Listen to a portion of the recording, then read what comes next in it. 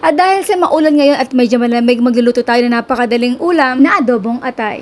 Napakadali lang nito. Sa 1 kilong atay ay meron dapat tayong mga 6 pirasong garlic, 2 to 3 tablespoon ng calamansi juice, puro ito, pepper at bay leaves. At syempre sa pampaalat naman, 1/4 cup ng soy sauce at mga 2 to 3 tablespoon ng oyster sauce. Haluin lang natin ito. At sa additional pang pampaalat katulad ng asin or patis, sa dulo natin iyon gagawin. Ibabad mo muna natin ito for minimum 2 hours. I-transfer natin ito sa strainer at hayaan lang muna natin ito na tumuloy pinaka-marinade sauce natin. Sa kawali naman ay nalagay ako dito ng ating chicken garlic oil na homemade. Ginawa na natin ito. Syempre mapapanood niyo dito sa ating channel. At igisa lang natin dito yung ating malaking onion hanggang sa mag-translucent. Ginagawa ko dito ay isasangkutsa ko lang muna dito yung ating liver. Nasa medium heat ako at hindi ko muna ito hahaluin. Hinahayaan ko lang muna ito na maluto for few minutes. Ito lang ay to avoid na magmushi or madurog yung ating liver. Kaya naman na niluluto ko lang muna yung isang side. Again, haluin lang natin ito ng konti. Hayaan lang muna natin ulit for few minutes. At again, haluin hanggang sa ito ay mag-firm ng bahagya. Hanguin na natin yung ating atay. At syempre naman, alam naman natin ito na kapag